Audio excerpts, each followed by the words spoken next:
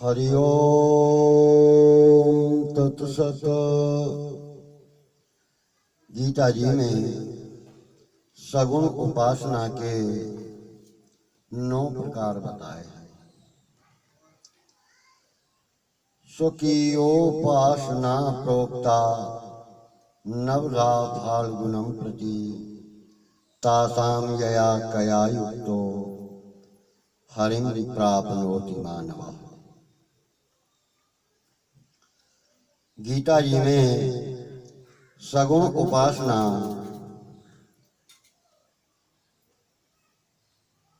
का वर्णन 9 प्रकार से किया गया है।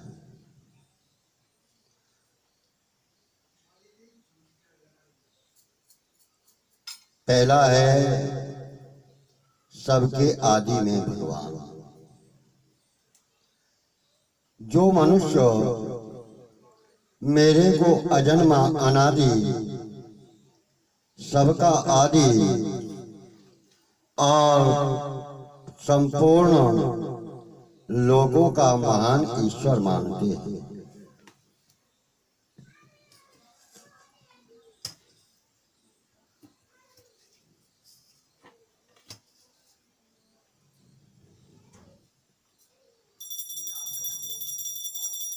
वह संपूर्ण पापों से मुक्त हो जाते हैं।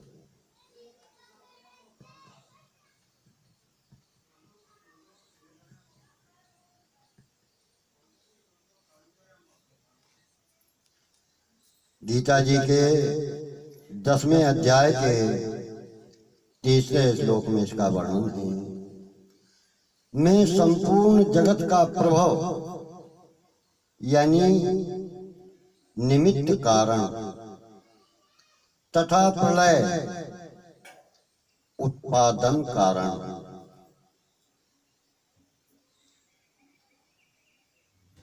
अर्थात सबका आदि कारण 7वें अध्याय के 6वें श्लोक में बताया है। दैवी प्रकृति के आश्रित महात्मा लोग मुझे संपूर्ण प्राणियों का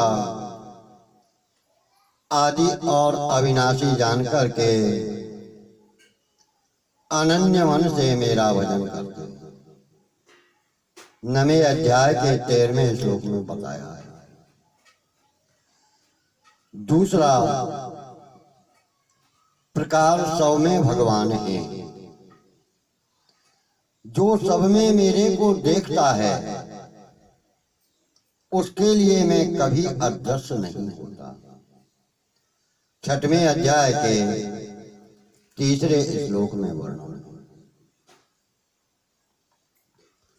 6वें अध्याय के 30वें श्लोक में वर्णन। जो संपूर्ण प्राणियों में मेरे को स्थित देखता है, यह 6वें अध्याय के 31वें श्लोक में। मैं अव्यक्त रूप से संपूर्ण जगत में व्याप्त हूं। 9वें अध्याय के 4थे श्लोक में वर्णन। प्राणियों के अंतःकरण में आत्मा रूप से मैं ही स्थित हूं। 10वें अध्याय के 20वें श्लोक में वर्णन। यह परमात्मा सबके हृदय में स्थित है। 13वें अध्याय के 17वें श्लोक में मैं ही सब प्राणियों के हृदय में अंतर्यामी रूप से स्थित हूं। 15वें अध्याय के 15वें श्लोक में दिया। ईश्वर संपूर्ण प्राणियों के हृदय में स्थित है। 18वें अध्याय के 61वें श्लोक में दिया है। तीसरा प्रकार भगवान सब में है। जो सबको मेरे में देखता है वह मेरे लिए कभी अदृश्य नहीं होता। 6वें अध्याय का 30वां श्लोक है। यह संपूर्ण संसार जैसे धागे में माला के मणिये परोए रहते हैं और प्रोत रहते हैं, इसी प्रकार यह संपूर्ण संसार मेरे में गुथा हुआ है और प्रोत है। 7वें अध्याय के 7वें श्लोक में वर्णन है। जिसके अंतर्गत संपूर्ण प्राणी हैं, यह 8वें अध्याय के 22वें श्लोक में है। सभी प्राणी मेरे में स्थित है। 9वें अध्याय के 6वें श्लोक में है। हे अर्जुन, तू मेरे इस शरीर के एक देश में चर अचर सहित संपूर्ण जगत को अभी देख ले। 11वें अध्याय के 7वें श्लोक में अर्जुन ने देवों के देव भगवान के शरीर में एक जगह स्थित अनेक प्रकार के विभागों में विभक्त संपूर्ण जगत को देखा। 11वें अध्याय के 13वें श्लोक में वर्णन। हे देव, मैं आपके शरीर में संपूर्ण देवताओं को, प्राणियों को, कमलासन पर बैठे हुए ब्रह्मा जी को और शंकर जी को, ऋषियों को और दिव्य सर्पों को देख रहा हूं। 15वें अध्याय के 11वें अध्याय के 15वें श्लोक में वर्णन है। चौथा प्रकार, सबका स्वामी यानी मालिक भगवान है। मैं अजन्मा, अविनाशी, संपूर्ण प्राणियों का ईश्वर, मालिक होता हुआ भी अपनी प्रकृति को अधीन करके योग माया से प्रकट होता हूं। चौथे अध्याय के 6वें श्लोक में कहा है, जो मुझे सब यज्ञों और तपों का भोक्ता, संपूर्ण लोकों के ईश्वर का भी ईश्वर तथा संपूर्ण प्राणियों का सुधय मानता है, वह शांति को प्राप्त हो जाता है। 5वें अध्याय के 29वें श्लोक में बताया है। प्रकृति मेरी अध्यक्षता में संपूर्ण चराचर जगत को रचती है। 9वें अध्याय के 10वें श्लोक में होता है। मूल लोग मुझे संपूर्ण प्राणियों के महान ईश्वर को साधारण मनुष्य मानकर मेरी अवज्ञा अवहेलना करते हैं। 9वें अध्याय के 11वें श्लोक में बताया है। संपूर्ण योगों के महान ईश्वर भगवान श्री कृष्ण ने अर्जुन को अपना परम ऐश्वर्य युक्त विराट रूप दिखाया। 11वें अध्याय के 9वें श्लोक में बताया है। 5वां प्रकार, सब कुछ भगवान से ही होता है। सात्विक, राजस, तामस भाव मेरे से ही होते हैं। 7वें अध्याय के 12वें श्लोक में बताया है। बुद्धि, ज्ञान, सम्मोह आदि 20 भाव मेरे से ही होते हैं। 10वें अध्याय के 4-5वें श्लोक में मेरे से ही सारा संसार प्रवृत्त होता है। 10वें अध्याय के 8वें श्लोक में स्मृति, ज्ञान और अपोहन मेरे से ही होता है। 15वें अध्याय के 15वें श्लोक में परमात्मा से ही संपूर्ण प्राणियों की उत्पत्ति होती है। 18वें अध्याय के 46वें श्लोक में 6वां प्रकार आता है सबके विधायक भगवान। जो मनुष्य श्रद्धा पूर्वक अन्य देवताओं की उपासना करता है,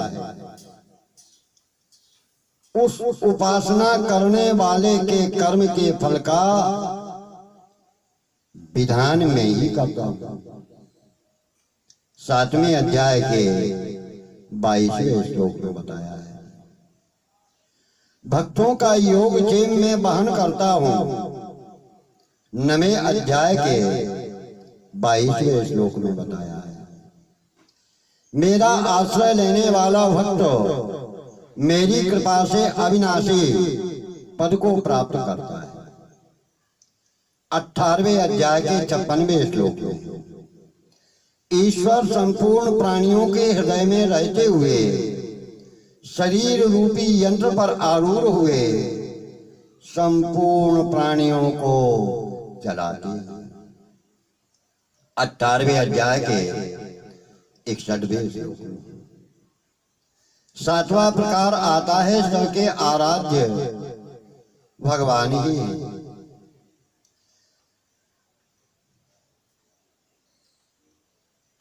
चारों वेदों में कहे हुए सकाम अनुष्ठान को करने वाले मनुष्य यज्ञों द्वारा इंद्र रूप से जो पूजन करते हैं वह पूजन मेरी ही होती है। 9वें अध्याय के 20वें श्लोक में जो मनुष्य अन्य देवताओं की उपासना करते हैं वे वास्तव में मेरी ही उपासना करते हैं, पर करते हैं अविधि पूर्वक, विधि सहित नहीं करते। वे उन देवताओं के रूप में मुझे नहीं मानते। 9वें अध्याय के 23वें श्लोक में निर्गुण निराकार की उपासना करने वाले मुझे प्राप्त होते हैं। 12वें अध्याय के 3-4 श्लोक में सबके प्रकाशक भगवान हैं। यह 8वां प्रकार है। सूर्य चंद्र और अग्नि में मेरा ही तेज है, अर्थात सबको मैं ही प्रकाशित करता हूं। 9वां प्रकार है सब कुछ भगवान ही है, सब कुछ वासुदेव ही है। 7वें अध्याय के 19वें श्लोक में इस संपूर्ण जगत की गति वर्ता प्रभु साक्षी निवास शरण हृदय प्रभव प्रलय स्थान निधान आदि अविनाशी बीज मैं ही। 9वें अध्याय के 18वें श्लोक में दर्शाया है। सत और असत भी मैं ही हूं। 9वें अध्याय के 19वें श्लोक में हे जगन निवास सत और असत आप ही हैं तथा सत असत से परे भी आप ही हैं। 11वें अध्याय के 37वें श्लोक में उपर्युक्त सभी उपासनाओं का तात्पर्य यह है कि सबके बीज आधार प्रकाशक स्वामी शासक एवं एक भगवान ही है।